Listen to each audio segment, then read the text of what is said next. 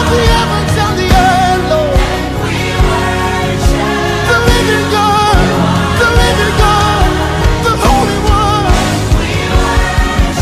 Say you are. Bonjour à tous.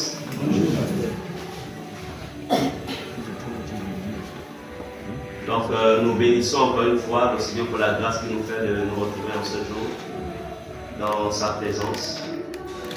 Dieu est infiniment bon, il est merveilleux. Alors, il est celui qui ce matin a quelque chose de particulier pour chacun d'entre nous. Amen. Alors tu peux dire à ton frère qui est à côté, à ta soeur, bonjour, bonjour, bonjour, avec un sourire céleste. Voilà.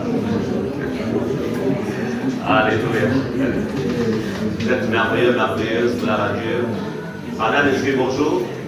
On se voit à la fin. On va au bureau. Que Dieu te bénisse. Tu as ton livre qui est toujours là-bas au bureau. Ok. Nous saluons tous ceux qui viennent pour la première fois. Que Dieu vous bénisse abondamment. Amen. Est-ce qu'on peut faire un signe de la main? Ok. Que Dieu vous bénisse. Non, c'est la main du Seigneur qui l'a fait lever la main. Ok. Dieu est bon. Amen. Amen. Gloire à Dieu. Merci Seigneur. Alors bien aimé, ce matin,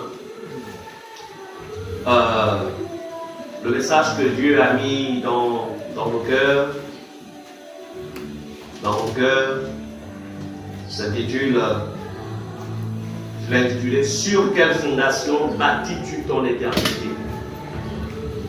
Sur quelle fondation tu bâtis ton éternité? Sur quelle fondation tu bâtis ton éternité? Je vais encore répéter. Sur quelle fondation tu bâtis ton éternité?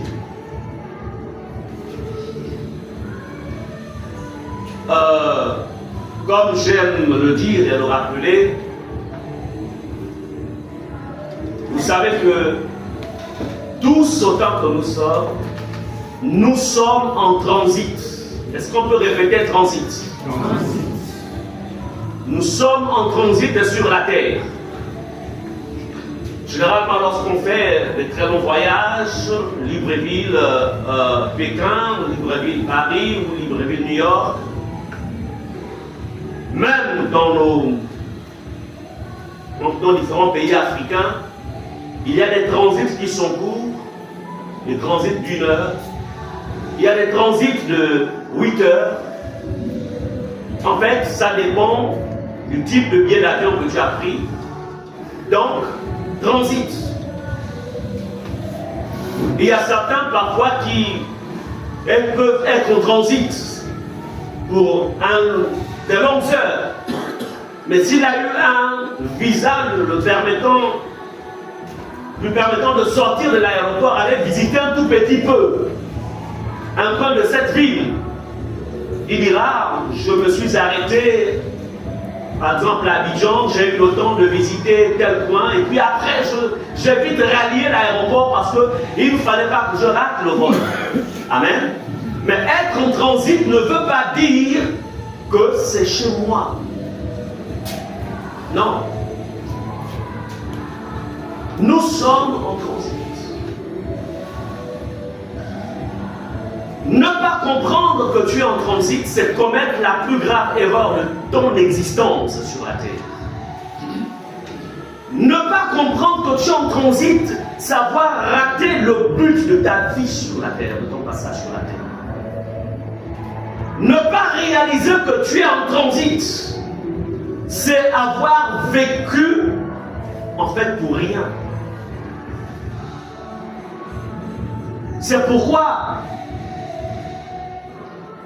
il va être question ce matin que chacun d'entre nous examine sur quelle fondation tu bâtis ton éternité.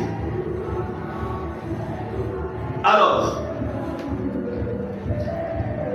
ensemble, on va aller dans Matthieu chapitre 7, va être notre texte de base. Matthieu chapitre 7, verset 21 au verset 27. Nous sommes dans la phase de la fin du mois. J'espère que vous avez prévu, pour ceux qui n'ont pas encore pris leur salaire, aller acheter leur Bible.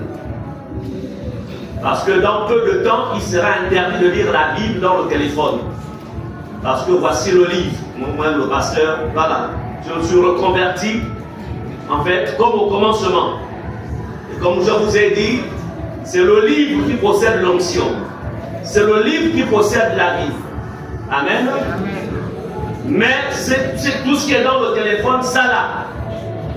Bon, ce n'est pas l'objet de l'enseignement. Je pense que la dernière fois, j'en ai parlé. Donc, allez-y. Allez-y dans les librairies chrétiennes. Anciennes, ça va. Il faut voir avec les équipes, il faut acheter un carton de Bible. On va le vendre ici. Hein? Voilà, avec juste un petit bénéfice de 500 ici. Parce qu'ils vont nous demander d'aller prendre les Bibles à leur place. Donc, il faut qu'on... Ok? Bien. Lorsque j'ouvre la Bible comme ça, dans le plan spirituel, la lumière de Dieu, en fait, se manifeste parce que c'est la parole de Dieu. Elle est lumière. Amen. Amen. Je répète encore une fois, elle est lumière. La parole de Dieu est lumière. Mais lorsque la Bible est introduite dans un appareil qui a plusieurs choses à l'intérieur que je ne vais pas citer ici, vous comprenez que la lumière est étouffée. Est-ce que nous comprenons cela? Donc, on ne va pas rentrer dans les détails, mais je voudrais que vous soyez très sensibles, que vous compreniez que ce que Dieu nous a laissé, c'est le livre. Le livre. Amen. Alors, on va demander donc à l'ancienne Sarah de lire pour nous, donc Matthieu chapitre 7, verset 21 au verset 27. Nous allons comprendre ce que Dieu veut dire ce matin à travers la parole. Je lis la parole de Dieu. Ceux qui me disent Seigneur, Seigneur, n'entreront pas tous dans le royaume des cieux, mais celui-là seul qui fait la volonté de mon Père qui est dans les cieux. Plusieurs me diront, en ce jour-là, Seigneur, Seigneur, n'avons-nous pas prophétisé par ton nom? N'avons-nous pas chassé des démons par ton nom? N'avons-nous pas fait beaucoup de miracles par ton nom? Alors je leur dirai ouvertement, je ne vous ai jamais connus. Retirez-vous de moi, vous qui commettez l'iniquité. C'est pourquoi quiconque entend ces paroles que je dis et les met en pratique sera semblable à un homme prudent qui a bâti sa maison sur le roc. La pluie est tombée, les torrents sont venus, les vents ont soufflé et se sont jetés contre cette maison. Elle n'est point tombée parce qu'elle était fondée sur le roc. Mais quiconque entend ces paroles que je dis et ne les met pas en pratique sera semblable à un homme insensé qui a bâti sa maison sur le sable. La pluie est tombée, les torrents sont venus, les vents ont soufflé et ont battu cette maison. Elle est tombée et sa ruine a été grande. Amen. Amen. Est-ce qu'on peut acclamer la parole?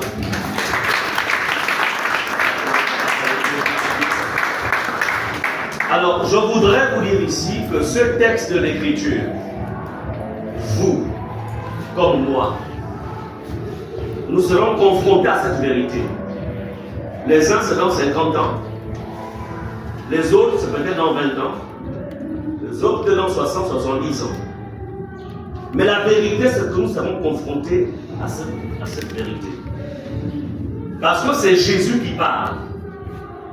Que tu crois ou que tu ne crois pas, tu seras confronté.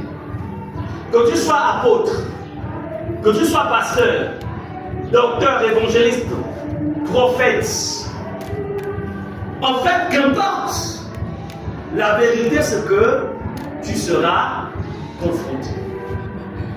C'est pourquoi il est extrêmement important que ce matin, nous puissions encore une fois vérifier sur quoi tu bâtis ton éternité. Ce n'est pas Jésus qui a la responsabilité de bâtir notre éternité. Jésus est venu nous donner le salut. Il a dit, je te donne le salut. Alors, ta responsabilité est d'entretenir ce salut en bâtissant bâtissant ta vie sur une fondation qui ne s'ébranlera jamais. Il existe deux fondations dans ce monde. Il y a la fondation du sable et il y a la fondation du roc. La pierre inébranlable, la pierre angulaire. Amen. Toi et moi, nous bâtissons sur l'un de ces deux fondements, ou l'une de ces deux fondations. Il n'y a pas de fondation intermédiaire. Alors, la Bible nous dit, ceux qui me disent Seigneur, Seigneur, n'entreront pas tous dans le royaume des cieux. C'est Jésus qui parle. Donc, ce matin, dans cette salle, on ne voit pas les autres. On ne pense même pas à ceux qui sont absents. Ce matin, dans cette pièce, tous par les cantiques qu'on a dit Seigneur, Seigneur. Mais il y a certains parmi nous. Donc Jésus dit, tu ne rentreras pas. Quand tu me dis Seigneur, Seigneur. Mais j'espère que ce n'est pas toi. Dis, j'espère que ce n'est pas toi. Dis, alors j'espère que ce n'est pas toi.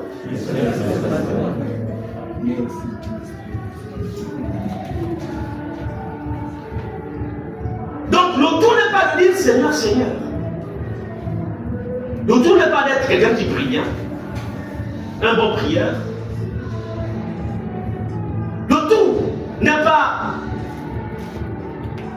d'avoir une étiquette de chrétien. Vous savez que l'homme regarde à ce qui fera plaisir. Mais Dieu n'est pas impressionné par tout ce qui attire, tout ce qui est clinquant. Non. La seule chose que Dieu regarde, c'est le cœur.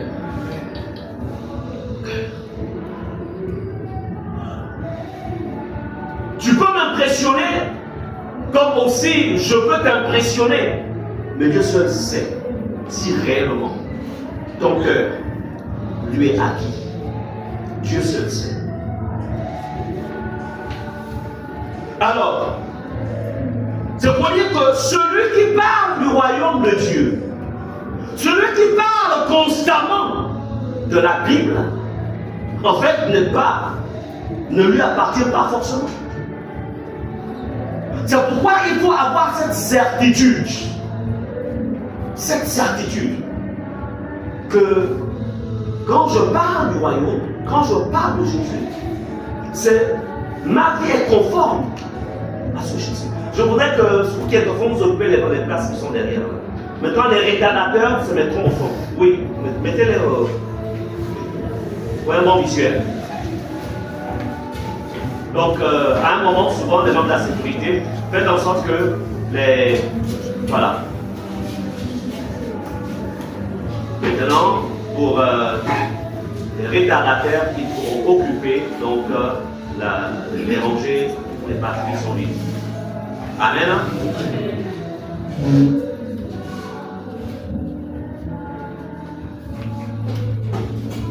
Je voudrais vous dire ici que Jésus, il est intéressé par nos actes, d'abord, et non par nos paroles. Il faut le retenir. Notre marche nous amène chaque jour, soit à demeurer sur le roc, soit à bâtir sur du sable. Plus loin, je vous expliquerai c'est quoi le sable et c'est quoi le roc. C'est vrai que tout au long de ce message, je vais vous dire une chose, aucun titre ne sauve. Dieu, déjà les titres que nous portons, ce sont des fonctions terrestres pour nous permettre de le servir. Mais Dieu n'est pas impressionné par les titres. Parce que c'est lui qui te donne le titre. Mais Dieu s'attend à ce que toi tu lui donnes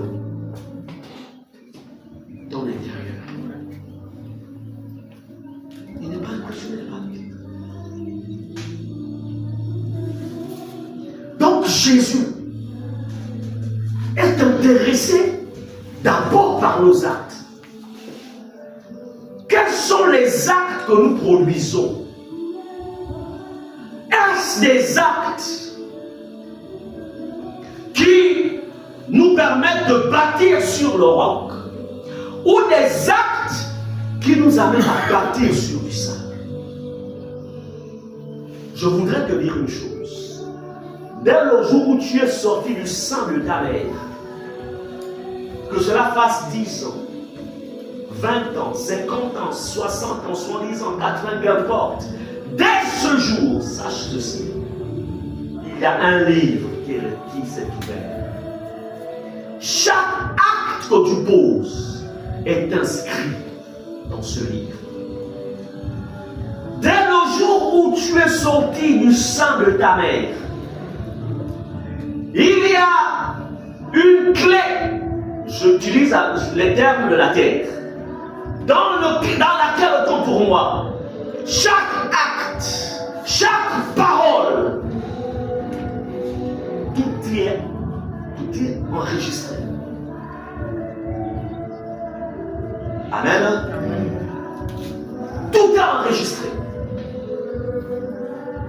Lorsque tu étais dans le péché, ou que tu as posé un acte pas bien, lorsque le Seigneur a utilisé quelqu'un qui est venu vers toi et te donner des conseils, lorsque tu as ouvert ton cœur à ces conseils, qui signifie en fait de récompense, tout a été inscrit. Ou lorsque tu as résisté, tout est inscrit. Toute notre vie est inscrite. Ne l'oubliez jamais.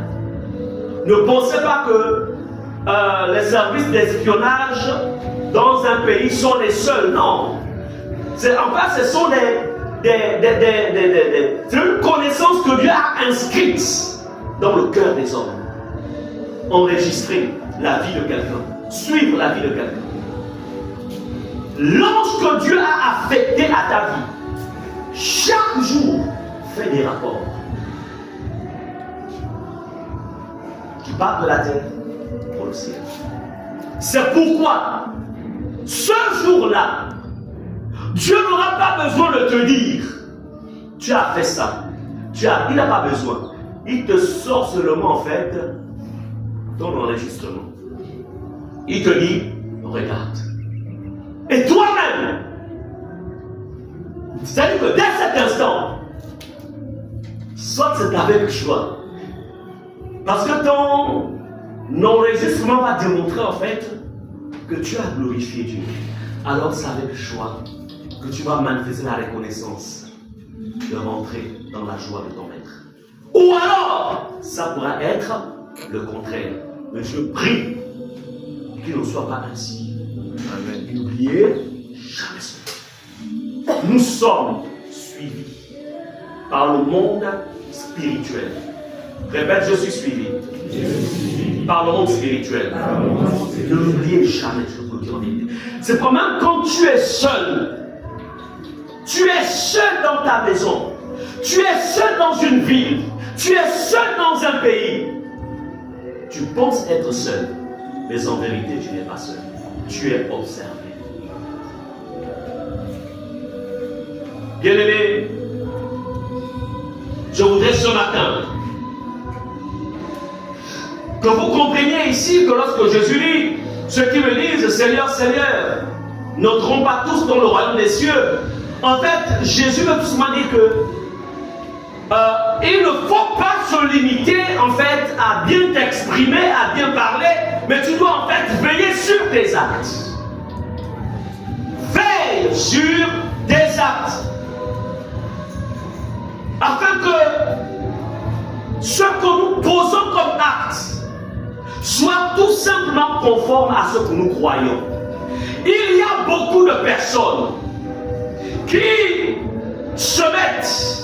En fait, il y a beaucoup de personnes qui, dans ce qu'ils disent, cela n'est pas conforme à ce qu'ils font. C'est-à-dire leurs paroles ne sont pas conformes à leurs actes. Attention.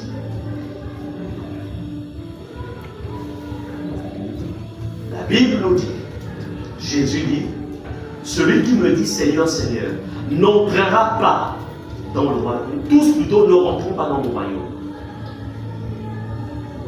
Où en es-tu par rapport à ces déclarations?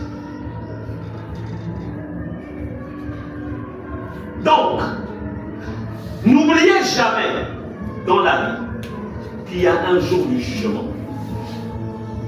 N'oubliez jamais qu'il y a un jour du jugement. Le jugement viendra. Amen. Le jugement viendra, que tu le veux ou non. C'est-à-dire que même si tu pars de ce monde, n'oublie pas que le jugement t'attend de l'autre côté. Ou même si tu es encore vivant et que la trompette résonne, n'oublie pas que le jugement arrive. On ne peut pas y échapper. Personne. Personne n'échappera. Ce qui est bien, c'est que pour l'Église, c'est pourquoi ayez des cœurs repentants. Je voudrais ouvrir une parenthèse. Les péchés qui sont effacés, ce sont des péchés qui ont été confessés. C'est pourquoi il est écrit, si nous confessons nos péchés, il est juste et fidèle pour nous les pardonner. 1 Jean 9. Il y a des chrétiens, certainement par ignorance, qui ont vécu une certaine vie, et puis qui ont abandonné. C'est bien, mais il y a un problème. Cette phase-là, tu n'as jamais confessé des péchés que tu fais avant. C'est vrai que tu as décidé de changer. C'est vrai que tu as abandonné. Mais ça n'a pas été confessé. Tant que ce n'est pas confessé, ça reste dans le registre du diable. Et pour ça, Satan peut t'empêcher de rentrer au ciel. Parce qu'il va grandir et dira, hé, Jésus. Mais il n'a pas accompli 1 Jean 1,9. C'est vrai qu'il a abandonné. Mais il n'a jamais confessé. Voici ça encore écrit. La question, c'est de comprendre. C'est pourquoi tout péché doit être confessé. 1, 2, abandonné. Tu dois revoir ta vie. C'est bien d'avoir abandonné, mais est-ce que ça a été confessé? Est-ce que tu es allé vers ton avocat, Jésus, lui maître, voici ce que j'ai fait, ou voici ce que j'avais fait. Amen. C'est important.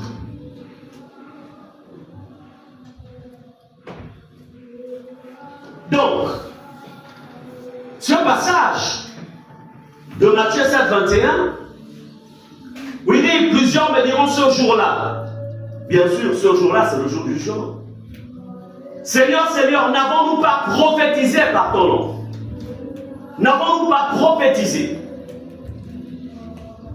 Comme pour dire, n'ai-je pas exercé le ministère en ton nom? N'ai-je pas prêché en ton nom? N'ai-je pas posé tel acte en ton nom? N'ai-je pas? Bien aimé, lorsque vous suivez quand nous examinons ce texte, on va se rendre compte que ces chrétiens ces deux types de chrétiens, ils vont avoir un style de vie apparemment similaire à un certain moment. La Bible nous dit, on nous dit ceci.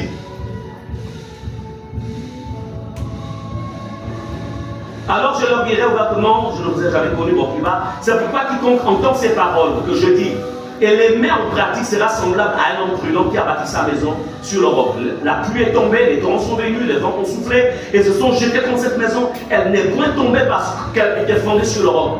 La suite, mais quiconque entend ces paroles que je dis et ne les met pas en pratique sera semblable à un homme insensé qui a bâti sa maison sur le sable. La pluie est tombée, les torrents sont venus, les vents ont soufflé. Voyez-vous, ils vivent les mêmes expériences. Mais il y a un problème. C'est que l'un, sa maison est fondée sur le roc. A été fondée sur le roc. L'autre, sa maison a été bâtie sur le sable. Les deux expériences. Toi, et moi, nous bâtissons sur l'un de ces deux fondements. Mais en ce qui me concerne, j'ai décidé de bâtir ma maison sur le roc. Et je te conseille d'en faire de même. Ici, nous pouvons voir que ces deux personnes, en fait, ont une certaine volonté, une très bonne volonté. Laquelle? Celle de bâtir.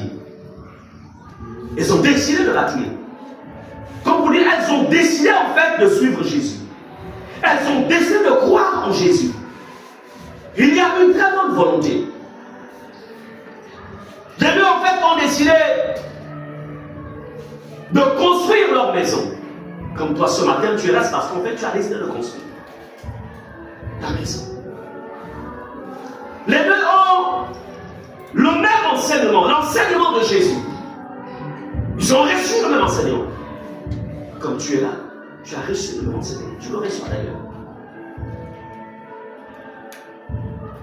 Les deux vont expérimenter des situations identiques, des épreuves identiques.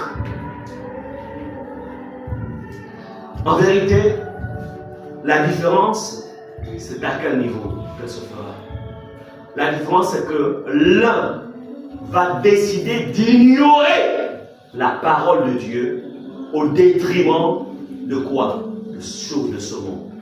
Au détriment de la coutume. Au détriment, en fait, de ce qui, de la manière dont les choses se sont toujours passées dans nos familles. Je me souviens, il fut un temps, c'était dans un passé, j'ai été piégé par l'ennemi lors d'un deuil.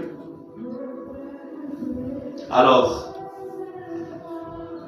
lors d'un deuil,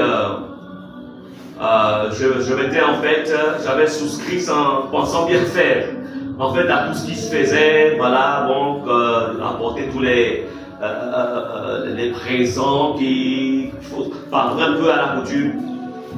L'ennemi va me piéger sans que je ne le sache. Gloire à Dieu, je vais sortir de la bête, comme le souvenir ne fait plus jamais ça. Et puis le temps qui vont suivre, il va y avoir d'autres deuils. Et quand on ira, par exemple, chez les gens du Sud, il faut apporter, c'est-à-dire, tu apporter le pagne pour, on dit, il faut couvrir la belle-mère. Ou peut-être aussi le beau-père, je ne sais pas trop. Il y a eu une expérience similaire encore qui s'est produite. Et pendant l'une des réunions, quand on dira, il faut ça, je ne souscris pas à ça. Je ne souscris plus à ça. Qu'importe ce que les gens vont penser, je ne vis pas pour ce que pensent les gens.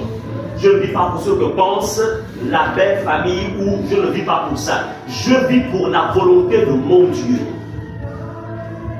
La seule chose, on va contribuer au soutien, puisque il faut soutenir. Mais quant à ces détails-là, mon éternité vaut mieux que toutes ces choses. Et je ne vendrai pas mon éternité. Amen. Donc, vous avez des enfants de Dieu qui malheureusement, même pas seulement des enfants, ça, même, il y a même certains hommes d'église. Allez, Apolès, vous nous avez délivré, ou bien on fait comment? On patiente, ça va arriver. Bien sûr, ça va arriver. Merci pour les efforts que vous avez fournis. C'est pour dire en vérité que, bon, c'est une parenthèse, recharge souvent à la veille du culte. Amen. Comment Annie-Flore, l'ancienne Sarah, vraiment, mais il a dessus pour qu'on ne soit pas surpris de ce que leur système bug là-bas, donc on est coincé. Mais c'est pas grave. Alors, le jour où je me suis dit de mettre quand même le costume, donc j'ai raison de venir avec mes tenues africaines. Non, moi j'allais pas vraiment combattre comme je combats maintenant. Ok. Alors, c'est pour dire que